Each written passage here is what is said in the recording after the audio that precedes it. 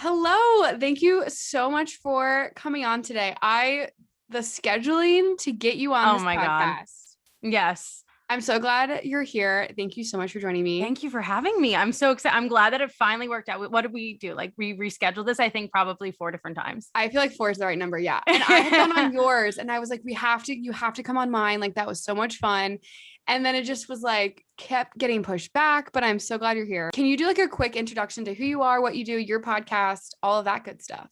Sure. Well, hello, everyone. Thank you again, Elena, for having me. Yeah. My name is Lindsay Muraskin. I am from Long Island, New York. I'm going to be 23 at the end of this year. My 9 to 5 is pretty boring. It's just a regular corporate job. But what I absolutely love doing and how I met Elena was through my podcast, Jappy Jaws. I launched it a year ago in September of 2020, being that confused post-grad pandemic gal and just kind of went with it. And I've always loved radio and television and entertainment. I figured what better way to talk about that than creating my own podcast. So if you want, go follow Jappy Jaws on Instagram, Apple, Spotify. We have a lot of fun stuff. New episodes every Thursday. Thirsty Thursday. Yeah. I got to trademark that. It's so good. I love your podcast. She is just like, first of all, you're the same as me. Like we're both very talkative people. Like we could talk for days and we don't even need to be talking to anyone really. We just need to be talking. And I feel like you just have really good content. Like you have like good perspectives on things and such a fun podcast to listen to. I'm always listening to it. Honestly, it's such a good one. You're making me blush. And I'm like glad that we like connected. It's so funny that like I would have never met you had like we not had our own podcast. It's so weird. I know. And it's so upsetting too, because obviously when we're recording right now, Instagram is down and I'm like, what the hell is going on? Instagram and Facebook are literally broken. I'm like, how am I supposed to meet new people? How am I supposed to update people about Jappy Jaws now? And I'm sure you're panicking too. Cause like I was saying this to my friends before, I'm like, people are not going to have jobs if this like continues. I'm like, what is going on? I tried to post something this morning about today's podcast. I was like going to ask people questions, like writing questions for you, like promote. And I'm like, why is it not loading? What's happening? And then I thought it was my internet, turned my phone off, fix the router. Like, no. It's the whole world. Okay. I literally like asked so many friends, I'm like, hey, like, is this working for you? Like I sounded like a psychopath, but of course, like the day that I feel so creative and like want to ask everyone 1,000,000,001 questions, that's the day that this decides to like go to shit. The day that I have my venti from Starbucks after having like a 3-mile walk and I'm feeling like literally the best I've ever felt. I'm like, oh, okay. So no Instagram. Got it.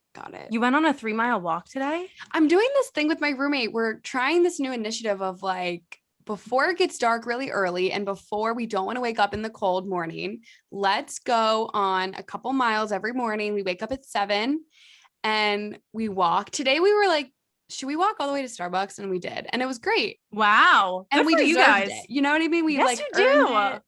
It. And we kind of just say that about every time we buy something. We're like, but like we deserve it, right? That was me last night. I was like, I deserve it. I deserve it. So we're trying it out and we love it. And like we just feel better because I have to log on at 8:30 for work and I work from home. So I roll out of bed. My alarm is at 8:15. I roll out of bed and I log on and like start my day like that. It's terrible. So I was like, let's like switch it up. Let's have like a nice morning every single morning, start the day off right. And like, I wanted to go on Instagram today and it just was not happening. So sad. I also feel like it threw off my routine. Like I make a to-do list every night for my next day. And I literally write post on the stories, post this poll. And I feel like my whole equilibrium was kind of thrown off. And exactly what you said with working from home, like you're rolling out of bed, doing the same thing every single day. It's not like you have that walk or that like drive to work or something like that. You're literally doing the same thing. So taking that initiative of like going on Instagram, going on that walk, like it throws you off. I know it threw me off. And I'm trying to be so much better about being like present and not on my phone. But when it comes to the podcast, it's like, and I literally work, I have clients that I do social media for. And I had like one client that's literally at a conference today and I posted right before it like shut down. Thank and I God. was like, so lucky, but I'm like, oh my God, what am I going to do? So hopefully it's back up like at least by tomorrow. I'm going to be really upset. I hope so. I mean, I have things I want to share and I'm sure there's a lot of stuff like news wise that we're not going to even get to know. I mean, thankfully Twitter is safe and Twitter was making a joke out of it. I know. And like Reality Steve, like his engagement rate on Twitter is probably going to go skyrocketing after today. But like, I feel like I'm going to miss out on like certain platforms. I know everyone on TikTok and Twitter is like, hey, is everyone here from Instagram? I'm like, yes. Yes, Please I am on help there. me. Yeah. It's insane. Oh my gosh. So speaking of like pop culture and like the news that we're missing, I feel like the biggest news that's happened lately is the Free Britney movement. Free And the freaking fact Britney. that Free Britney and the fact that Jamie Spears has now been suspended from her conservatorship. I'm so happy. Oh my God. Have you been following it? Like, how much have you been following? Like, what are your takes on the whole situation? So originally, like, I've always been a Britney Spears fan since as long as I can remember. I was like a Zoe 101 fan. I was always supporting like the Spears franchise, I want to say.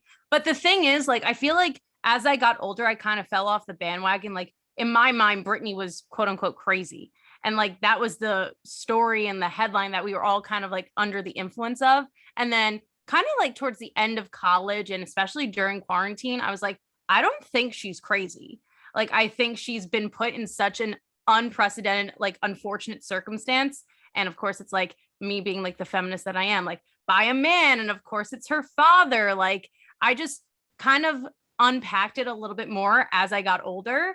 And then back in November of 2020, I want to say, was when I watched the documentary on Hulu. Yeah. And I was like blown away. I was like, how did no one pick up on this before? So I've been following it along ever since. And like, listening to the entire like recording from court and reading every single article. I think one of like the number one places I found everything about it was Amanda from Not Skinny Not Fat. And she had like every second she had something new.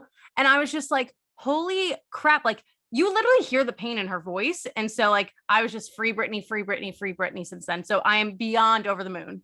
Yeah. And I feel like my like knowledge of it was the exact same when we were growing up, and 2007, 2009, when she shaved her head, it's like, oh, she's literally just a crazy person and a celebrity that like, you know, lost her mind. It's like, yeah, maybe because like do we know what she's actually going through? And I wish that like when we were growing up, we actually knew what was going on behind the doors and we didn't. And it's sad because I watched the documentary too. And I'm just like, this is so embarrassing for us, you guys. Like, how did we not see this? How could we like let her suffer this long without doing anything? And like, obviously she had the Free Britney movement. Like there was a small group of people and it only got bigger and bigger, but I wish that I was like more aware of the situation and like we were able to help her. And I think the whole Free Britney movement is like playing a big role in all of this. Like, I don't think it really would have like picked up like it did, but the court recordings really got me. Like I was like getting very emotional, like listening to those and just hearing like the pain in her voice, and also like the sound of her voice changed. Like, so the sound of her voice when you're watching her, like very odd Instagrams. Yeah. It's like the high pitch robotone. Yeah. And then when she's in court, she's like, I need like, she's like back to like the deep voice Britney. And she's like, I really need to like, this is terrible for me. Like they're giving me drugs. I'm like, what are your takes on like her sister? Cause I know that she put up a bunch of stories, like when this all kind of like hit the fan of like, I want what's best for her. But there's a lot of stuff coming out that she also was part of it and not really like as helpful as she's telling the media she is. Do you remember she had like, I don't know if it was like a little docu-series or if it was a reality show. I cannot remember, but this was like a few years ago. She had like a little show or like a little like something on, I don't know what channel it was, but I remember watching it and like Britney was there like kind of in the background. And my whole take is like, Jamie Lynn is Jamie Lynn because of Britney. Like I hate being that person, but like you probably would not have seen her on Zoe 101 if she did not have that last name. There could have been a high chance, but like, I'm not going to shame her on that, but it definitely does help having the name. I think that happens with a lot of siblings within famous families, but I just think that if it was not one person, like it's a village, it takes a village to do a lot of different things. And I think even behind the scenes, like people on Britney's team, I think the dollar sign really does matter to them. And I think that has a lot to do with it. And I think that it wouldn't surprise me, I should say, if Jamie was part of that, because like, how else are you gonna, like, if you really cared about your sister as much as you say, like, I mean, personally for me, and I'm sure you could say the same, like, I wouldn't care. Like, I would do what I had to do to make sure that my family was like safe and okay. And I don't think that was the case for her. I think she was either, I don't want to say threatened, but I think she kind of was like in a position where she couldn't make her voice heard. Yeah, I feel like if it was me, I'd be fighting till the end. But also it's like, it's a weird situation because it's the family. Like that's still, that's her dad too. That's her mom. Like that's like, So I don't know the position that she really felt like she was in, but for me, I would have been like, no matter what, like this is my sister and she's unhappy. Like I'm going to do what I can to like get her out of it. She seems happier now. She's like so thankful for all of this. Now she's engaged. Like she can be engaged. Like who would have thought you need permission to get engaged or drive in her car with him alone? Like, yeah, she was listing all these things that she couldn't do. And I was just like, oh, like normal everyday things. Like I had no idea the extent of what this conservatorship like held on her. I had no idea. Mm-hmm. And that's what I'm sort of thankful for the Free Britney movement and social media, ironically enough, because I don't think the door would have been as open and the conversation would have been as open had it not been put on blast. Right. I know. And there's another documentary out. There's one coming to Netflix, isn't there? Netflix. Yeah. And so that's going to be even more information, I'm sure. Like, I hope. And so now there's a hearing that's set for November 12th to determine like if this conservatorship will like officially end. So fingers crossed, like maybe she'll get married. Maybe we'll see more of her. The Instagram too. I don't know if you know, but does she have full control of it now? Because I remember when this stuff first started coming out, she was making all these posts and people on TikTok. I love people on TikTok. They're investigators. They were like, this photo was posted like 3 years ago. She's not actually at the beach. Yeah. And they like went to, so I think now she might be running it because now she's saying, thank you for your help. Thank you. I'm happy.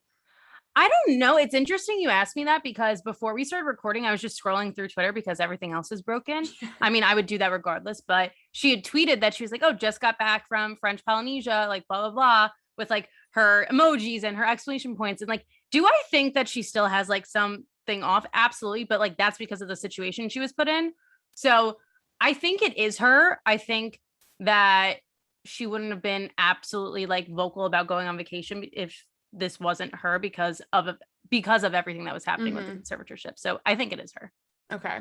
Yeah. Well, we wish the best for you, Brittany. You're not listening to this, but we love you. And I hope she is. I hope she is. We can only hope. But yeah, wanted to get your takes there because this is exciting stuff. And I honestly did not think that this was going to happen like the last one, like they got turned away. So yeah, excited that the judge was like, you know what, maybe we should do something about this. Yeah. Thankfully. Love. Okay. So I want to move on to Bravo because I know that you're a huge Bravo fan, big Housewives girl. Yes. I want to get your takes. We have Beverly Hills and obviously like the Tom and Erika Girardi stuff is like hitting the fan. Huge news. There's also a new cast member, 2 huge cast members that I think are getting a lot of love, but I want to get your takes. Should we jump into the Erika stuff or where do you want to go? We can jump into Erika. I mean, I think whenever I kind of fell off the Beverly Hills bandwagon, I will say, but I think that's one of the very few in the Real Housewives franchise that's easy to follow along with, even if you haven't caught up on episodes or seasons. I remember I watched it when the first season came out, like when Camille was there, when Taylor was there, Adrienne Maloof, like I remember the OGs. So like having Kyle still there and even Lisa Rinna, like it's very familiar. Erika was always someone that I was very drawn to because I think it's the fact that she's a very theatrical person and she's very entertaining. And I think that plays a big role in everything that's been going on with her and Tom. Yes. I initially was like, who is this woman? She's very different from the rest of the group. And I know that's why she was probably cast. Like she has this very interesting like energy about her. She's very like quiet, knows when to speak, but when she does speak, it is like rapid fire. Exactly. And like obviously the glam factor, the outfits, like the money, like put her on TV. She deserves to be on TV. Like I understand why she was cast. And I really like started to like her. And like there were times where I was like, you know what, like she's kind of a lot. Like she's very quick to like snap, which I think this season we're seeing a lot more of. She's going from 0 to 100. I want to ask you, there was a couple of scenes this season where and there was a lot of memes made of the running mascara, like the theatrics, like you said, like the crying. And like, we've never seen that side of Erika. She's always someone that is very like, I am a strong woman. I will not show emotion.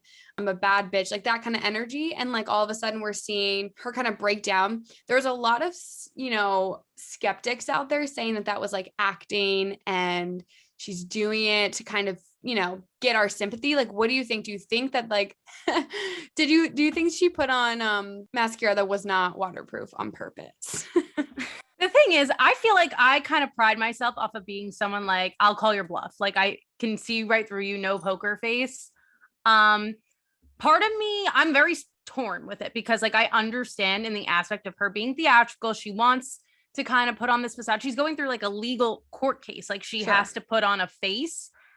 I don't believe she didn't put on waterproof mascara. Like I think that's just such an obscene like thing to say. Like obviously, like I don't even think waterproof mascara works. Like I've cried with waterproof mascara on and it runs. Like it doesn't matter if it's waterproof or not. I think like she is going through something that is very real, but she's also a trained actress. So she knows when to turn it on and off. But I think the pressure of like social media, the show, the court case, I think the pressure of the outside world is getting to her more so than like she's giving off. I think it's all just kind of crashing and burning before her eyes because one day you have this how many $1 million mansion in front of you, you're on Broadway, you have an amazing quote unquote relationship with your husband, for then all of it to go like crashing down. I don't think it kind of honestly reminds me of everything that Teresa Giudice and Joe Giudice went through. I was just gonna say that. Yep. Yeah. And like, even though they did not have no marriage is perfect, but like, even though theirs wasn't crazy, like they had to do what they had to do for their family. And even though she only has a son, I think it's difficult because she's very prideful into, like you said, like the bad bitch mentality, like putting on the strong, like persona that I think it hurts her ego and like that like person because like she isn't being seen like that person anymore. That is a great take. Yeah, I totally agree. I think too, like we really saw her like becoming the person that she wanted to be all of this time. Like she was young, she was working as like a dancer, like she like married this rich man to provide for her family. And like all of a sudden it's like, she's really like making it. Like she is doing exactly what she sought out to do. And now it's like all coming down. And I think it probably is the pride thing. It's like, I thought I was, I was at the top of the hill and now all I'm doing is rolling down. There's nothing I can do about it. I was watching the last episode and I was saying to myself, why hasn't she mentioned the victims? The only time she's mentioned the victims is when someone said, yeah, but like the most important part is like these victims get, and she's like, of course. But it's interesting that she hasn't said that. And it really like frustrates me because I really want to believe that she was not aware of a lot that was going on. And I truthfully feel like, and this happens with a lot of people with wealth. And like we saw with Teresa, like she was signing things, maybe like she just was like, I don't know. And like, I'm unaware and like, you're providing for me. So why do I need to ask question it? Yeah. So I feel like there is a part of her that like was really just oblivious to it. But I just feel like she's turning it now into pity me. I'm having a hard time. I'm having a hard go. This is hard for me. This is hard for, like, it's like, okay, but you're not the only person in the situation. Like this is affecting so many other people. And like the documentary I saw with all the victims, like it was heartbreaking. So it's like an ever changing story. Like we're getting news every day about this. What are your thoughts on Tom right now? So I think the latest is that that TikTok, right? Yeah. Like the TMZ guy went up to him and was like, do you know, did Erika know anything? And he basically said yes. Like, yeah, he looks frail. He looks he's an old man. He's like 80. Like he's not, he's not young. No, not a young guy. He's not doing well, obviously. What are your thoughts on all of this? Like, it's a lot.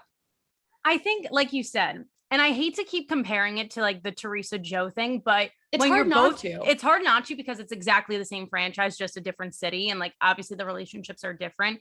And when I think back to when Teresa and Joe went through this, like she constantly on every interview, she's like, I need to watch my John Hancock, like watch what I sign. But the thing is, and the difference is with her and Erika, there are more victims involved in Erika's situation than there were for Teresa and Joe. It just directly affected them more so, and businesses and relationships in that aspect, as to where this is like, it's affecting people. And I think the thing that differentiates it the most is that like Joe owned up to everything. Like he was like, I guess like, this is like the hand I was dealt and I need to figure it out. And I don't think that Tom's necessarily doing that. I think he's playing the old man card. I hate to sound harsh.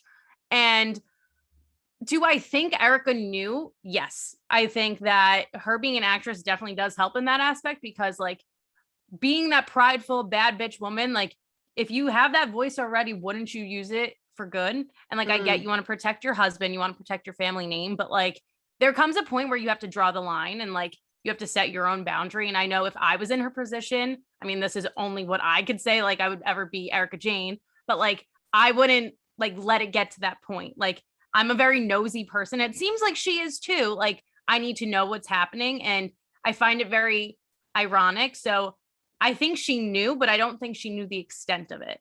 Yeah, that's so interesting, that take, because Erika is somebody that will voice her opinion and will stand up. And it seems like, and at least the episodes that we've seen, she's almost as just defending him. She's like his publicist still.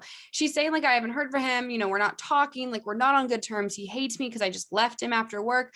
But it's like, you're still...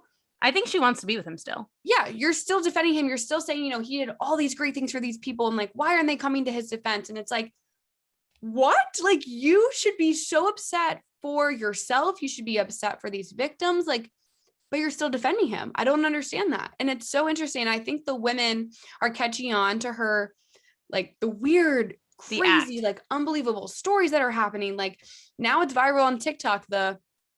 Someone broke into Tom's house. He had to get eye surgery. My car's son, the like car flips. Where's your like, head?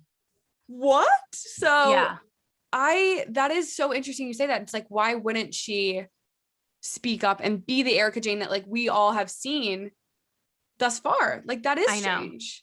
And correct me if I'm wrong, Tom has other children from other marriages, correct? Yes. I find it also very interesting that like they're very silent, and also the relationship she has with them, which a lot of people in any situation, whether it's shown on TV or not, like if your parent ends up marrying someone that's significantly younger than them, or like it just seems like it's a little fishy, like you're going to say something about it, and like something's got to give at one point. And I find it even from the get-go, like not having that relationship. I never understood this. Danielle Staub and Marty, that was his name, right? Marty. Yep. Yeah. Marty, like his relationship with his kids were hindered, but like there wasn't really much of an age gap. It was like who she was as a person, which like obviously we all know because Danielle Staub sucks. Wow. And of course she had to come in on the documentary. First interview, I'm like, what? Okay. I cannot with her. Like well, first of all, her Instagram's just really like tick me off. And like what she did was like, I had to unfollow. I don't even follow her, but like, thank God she's public, because I still look, which like is terrible because she's getting publicity with us talking about it. Like even what she would do, like she would rank like the episodes from Housewives. Like you say you're so done with the franchise and stop watching. But that's just about Danielle. But I don't know. I think it's interesting when like, I mean, personally, like I just refer to like Kardashians or like someone like my family, where if one thing happens to one person, everyone gets involved and like everyone wants to save the day. And I think it's very telling of a person and their relationship when that does not happen. And I think that's something else to be noted very well. Yes. I think it was very briefly mentioned. I think one of the women was like, doesn't he have children? And then it was just like, yeah, he does. And then it was like, move forward. And I'm next question. But where are they? Like, why are they not doing anything? And I think Tom's brother was like the one that was pushing for him to go into the home and like coming to his defense there. But I don't even know if that was really a defense. I think that was him just like, I don't want to deal with this. Like, let's put him. I don't know the extent of that, but it is interesting that like no one's really here. Yeah. I think like having just a legal team and like having them hire you doesn't do enough. I think you need outside perspective. Like, yes, like legal is great, but I don't think Erika's in the position to humble anyone. I don't think they're in a position where like they can comfort each other. Like if you have a brother or a sister or like a parent or someone around to like be there for you, a child, you want that support system, even though you're wrong, or even if you're right, like you want them to be like, I'm here for you no matter what. So with Sutton on this season, she's the only one that's really like questioning all of this. And I feel like she is on our side, on the viewer side of like, why isn't anyone really like questioning Erika? Why isn't anyone like, thinking of the other side of this? And she's getting a lot of like hate for that. But I feel like the women are now coming over to that side and being like, you know what? Like, these stories are a little like fishy, iffy. What are your thoughts on Sutton, like coming to her, like question it, going to her lawyers about, my association with Erika. And then like Erika snapping and being like, you know what, if you come for me, I'm coming for you. Do you think she's actually threatened of Sutton, or is she just trying? Because I also just feel like that's not how you act if you're like, innocent. I don't know. you know? I don't know too much about Sutton because like I go in and out with this part of the franchise. My mom and my grandma like usually are the ones that keep me up to date. But like for the time that I have watched, I see Sutton on two different sides. Sutton was a viewer. Sutton was a fan. And I think like it was her goal to get on the show, which is like not a bad thing. That's mostly how every housewife has ever gotten on any Housewives franchise. So I think from like what you were saying, the fan standpoint, like she wants answers. We all want an answer. Like what happened, what's going to happen. And like, I think it's smart on her end. Like I'm on a show with this woman. I know this woman. Like I've been in situations that I might have not been aware of what was going on around me. Like she has to protect herself. And I think the other women should do that as well. Like Kyle, especially Kathy Hilton. Like I think it's stupid for them not to question it. Cause like at that point, then you're all acting because like this is public knowledge. Like you can go into a database and look up what is happening. Right. So I think this is somewhere where I think Sutton is actually the smarter one. I think she likes to stir the pot in weird ways. But I think from like a moral standpoint, she's the only one with the right head on her shoulders. It is weird because like the season with Denise and that little rumor, they went in on Denise. That was like literally like the smallest little thing compared to what's happening now. And yet nobody is like that to Erika. And I feel like it's because Denise was a very vulnerable person. She didn't really stand her ground, and Erika could be scary and really, I mean, she's very like Regina George. Yeah. And I think that they're afraid of her in general. They don't want to upset her. And I think that showed when there was like an episode where Dorit kind of said a bunch of stuff to all the women. Then when she was in front of Erika, she's like, you know what? We support you. We're here for you. And they're like, that's literally not what you said. Cause she's scared. And I would probably be scared too. Like, I don't know if I would be like, Erika, are you telling the truth? Like Sutton is. I think she's very brave to do that. I think everyone should have that in the back of their head. They're just like not comfortable saying it to her face. Yeah. I think that she's not going to tell any of them, and especially on camera. Like she's being smart in that aspect because like the moment it's on camera, the moment that's everything gets panned out and played out. I think that Sutton thinks she's high and mighty with it, but there's a way to talk all the time. And I don't think Sutton knows how to do that, but she has the right idea, but the pen to paper is just not correlating. Yeah. I'm interested to see what happens because apparently the court has asked for all footage shown on TV and not shown on TV of Erika in every single season to use it towards her. So I'm curious what, is going to be to her benefit, to her demise. Like I'm also just like very curious, and the documentary that was on Hulu showed this as well. It's like, why is she on the show this season? Yes, why is she saying what she's saying? Like she should not be talking about it at all. I think that was so bold. And I truly like when all this like started happening back in, I think it was like October of 2020, maybe. And we started first hearing about it. I was like, oh, dang it. She's not going to be on this season. She's too smart for that. She barely talked about her life before this. Like, why would she talk about like this kind of situation? Like she would never. And we're getting so much more than I ever would have thought. I'm very surprised. But then again, you can also say that with Jen Shah and Teresa. That's true. That's true. Because like Jen, that's going to play out on Salt Lake City. You literally see it in the trailer.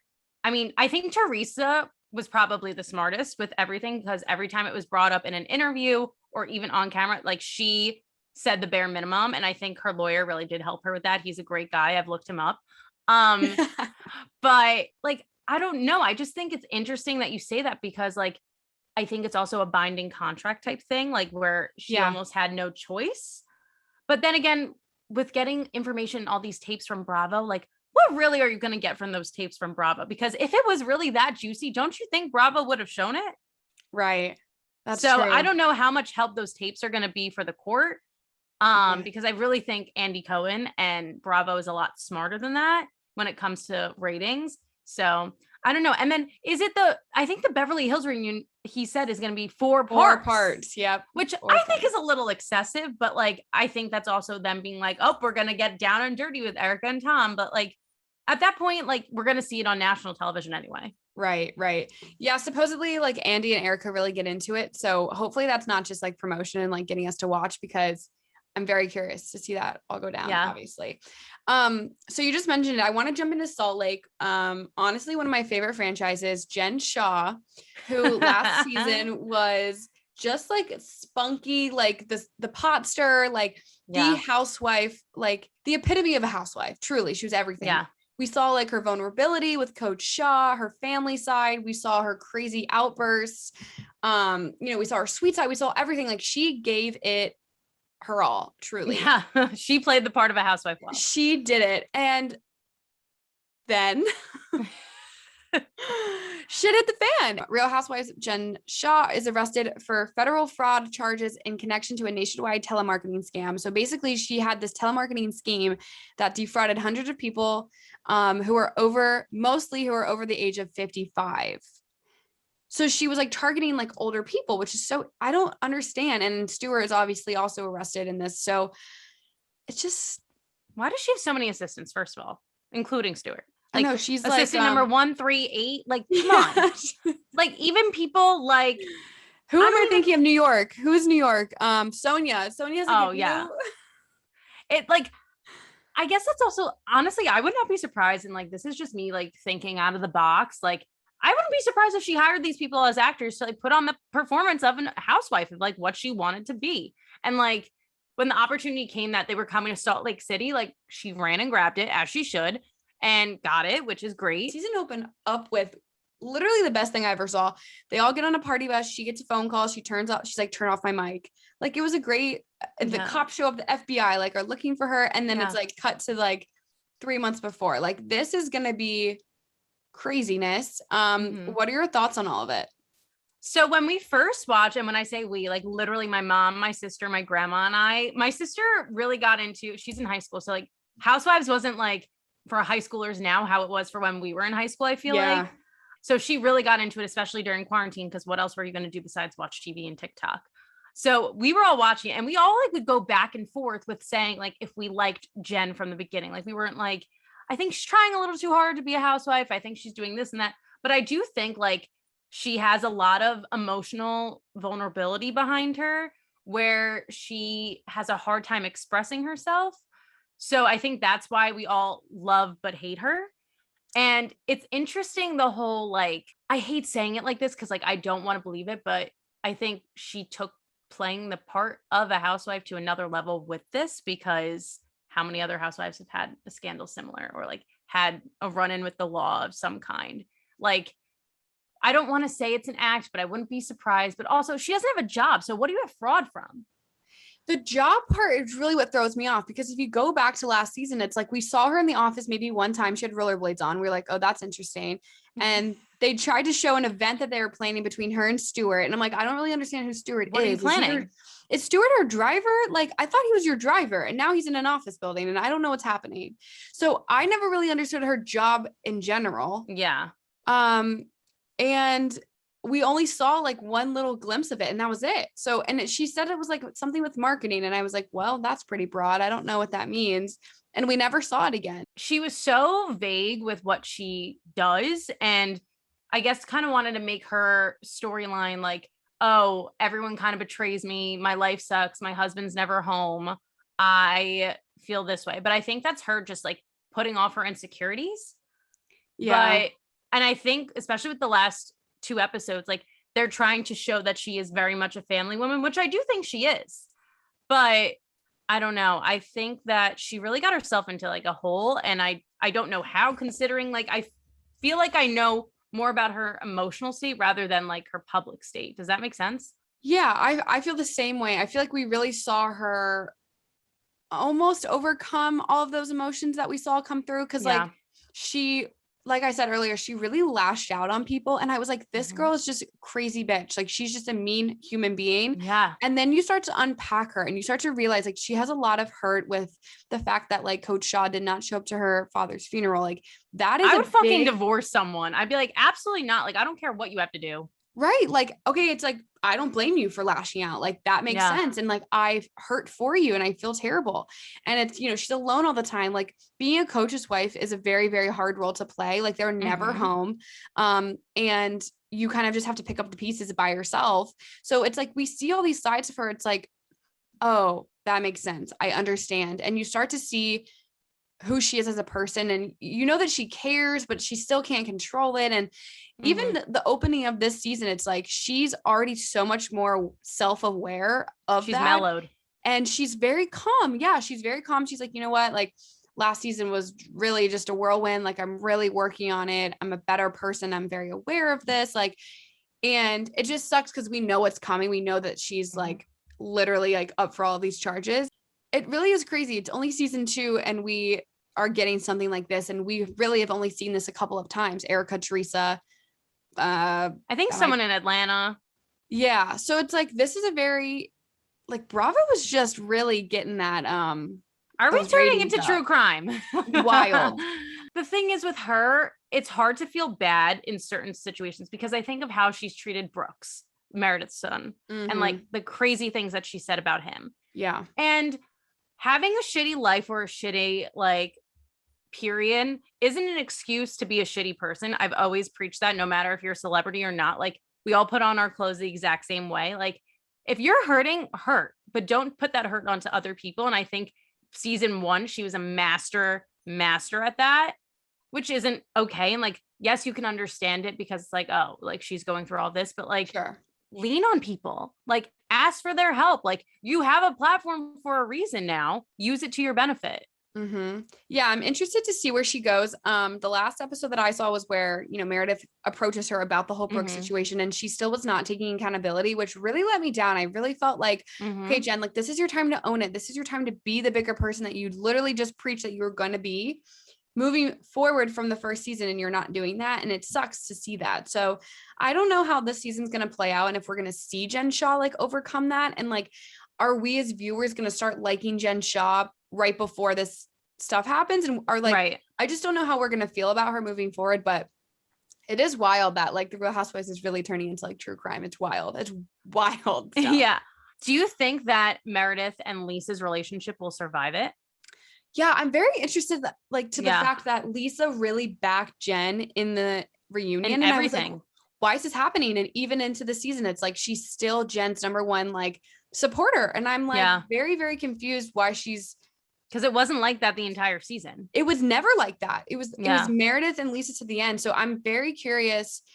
I mean, the way that Meredith got worked up on the ice fishing situation, like to see her like flail her arms, because Meredith is very like composed. She's classy. She's like, I'm disengaging. And then the sunglasses fly off of her face and she's losing her mind. Like, I can't imagine her relationship with Lisa being the same after that. Like to see Lisa being like, you guys are both of my friends. It's like, Lisa, how are you going to back someone up that's like being homophobic towards my son?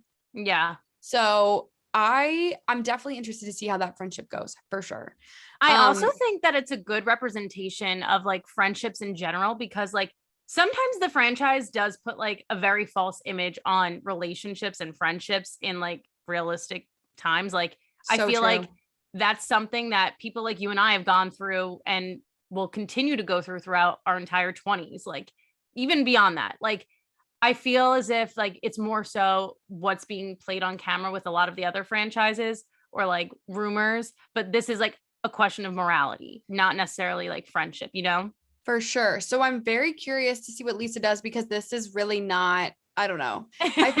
I don't know how to explain it. It's like, there's one right decision here, and it's to not be on Jen Shah's side is what I'm trying to say. Like, you can't back that. And for her to say like, oh, that's not me. That's like, I have people doing that. Like, take accountability, take ownership and say, okay, my team should not have done that. Even if that was the case, be like, I apologize. Like that shouldn't have been. It's still you done. I don't represent that. That's not who I am. I'll talk to my team. I'm so sorry that your son felt that way. Like there was a way to approach it, and she just did not do that at all. And it just and for her to not even want to get up and have the conversation, the fact that Heather and the other girls were like, Jen, go over there. Like, that's kind of pathetic to me. Like, you're a grown woman. Yeah. You should be able to kind of like get up on your own. I don't know.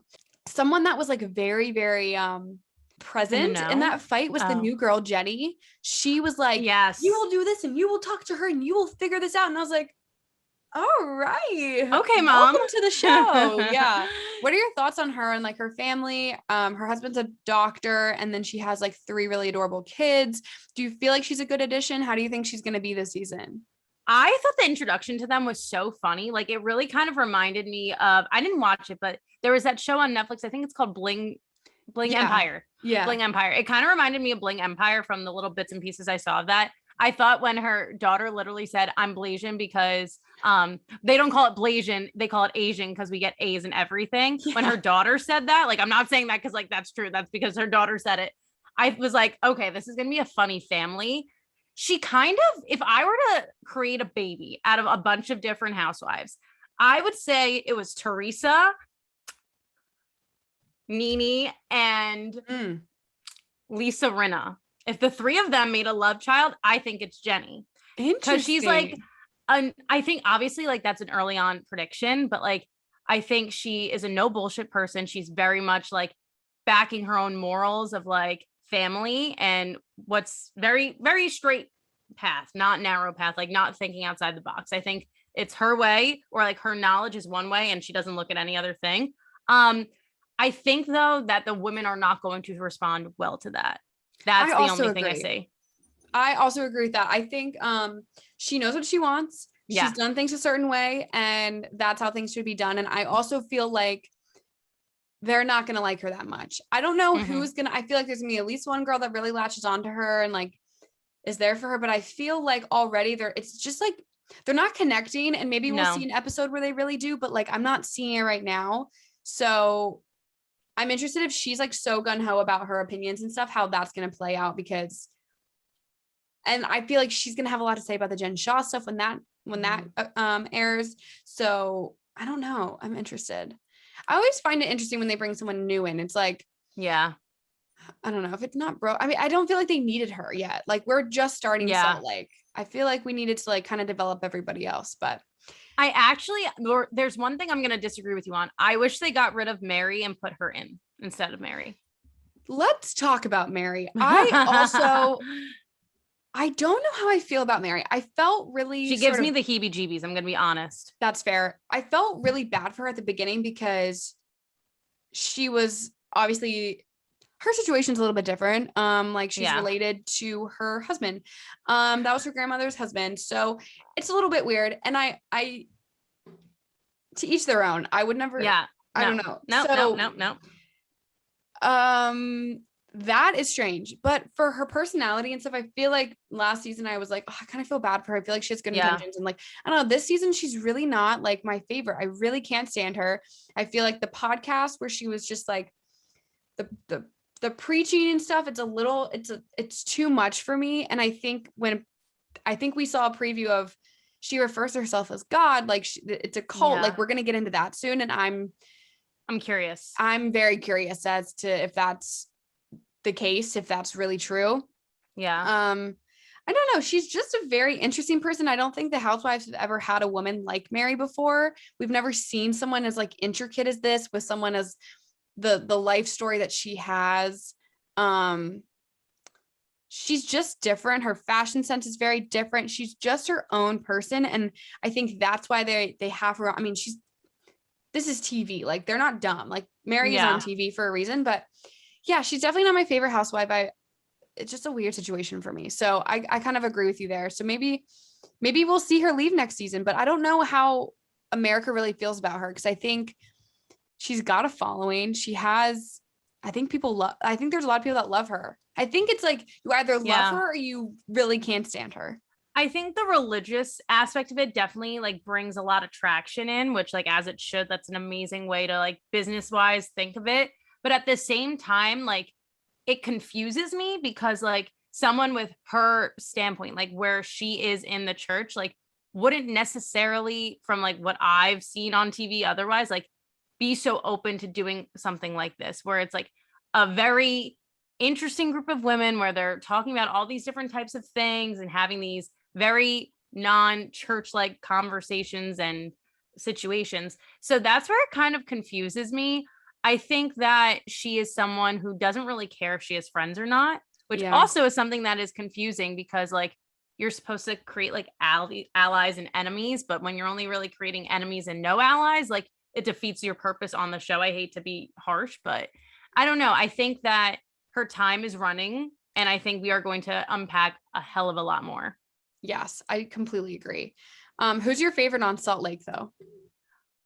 Right now, let's say right now. I used to be such a Lisa fan, but it's so annoying for me because like I don't like what type of friend she's become. I know. I love Meredith.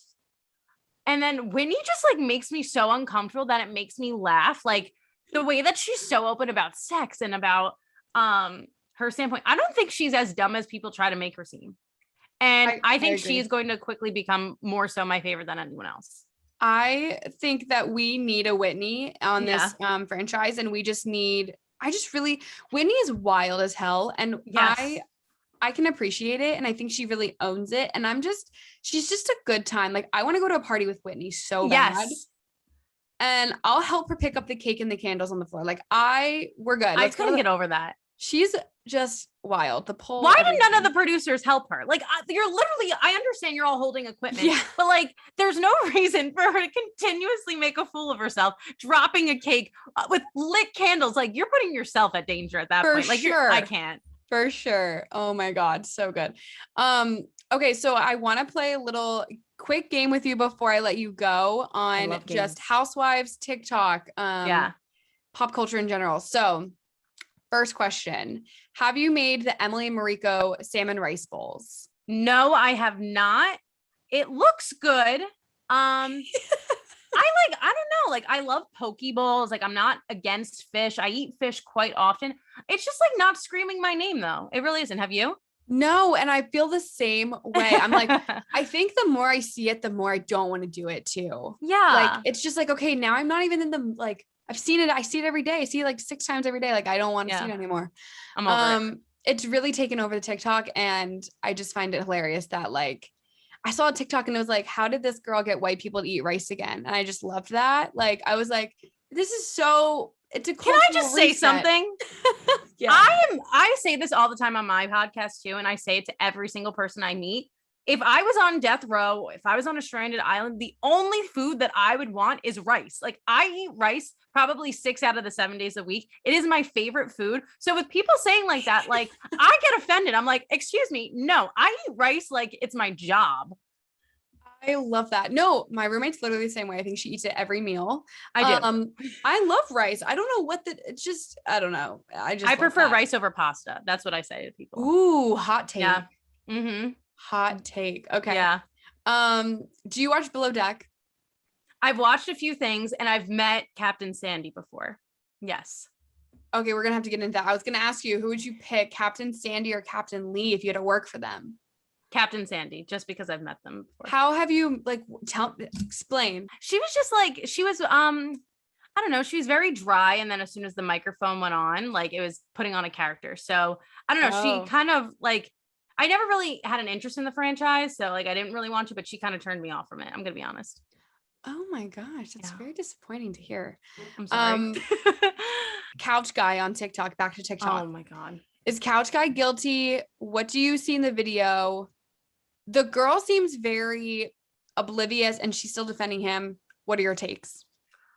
I am pro, how do I say this properly? I don't think like he was guilty at all.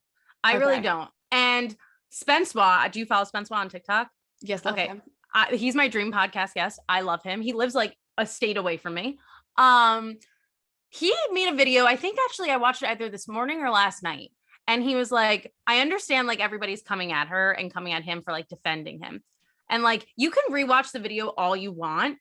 But the thing is like, it's obviously an awkward angle. When you're going into someone's like home and you're surprising them, like you don't know how they're going to be. And I think like if he was guilty, he would not be in like the position that he was. Like I feel like if he was touching that girl, like it would be very obvious that his arm was like over her or on her arm or something like that. Like I don't think it was anything malicious, but I do want to say that I do find it interesting that the girl that everybody claims he's touching hasn't said anything. Yes.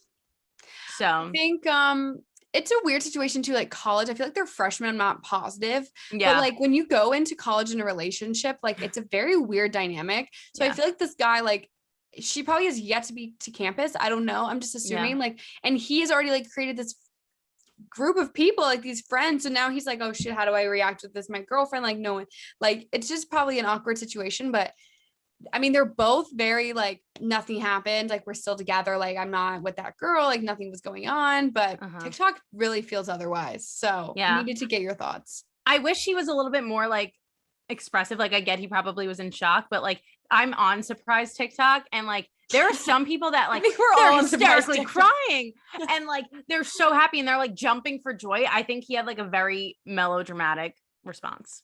Like I wouldn't want my boyfriend to react like that if I showed up. No, I would want my boyfriend to be like, oh my God, I love you. Why are you here? Right. Exactly. Okay. Who is your favorite OG housewife? Someone that was from like the first few seasons. Teresa Giudice.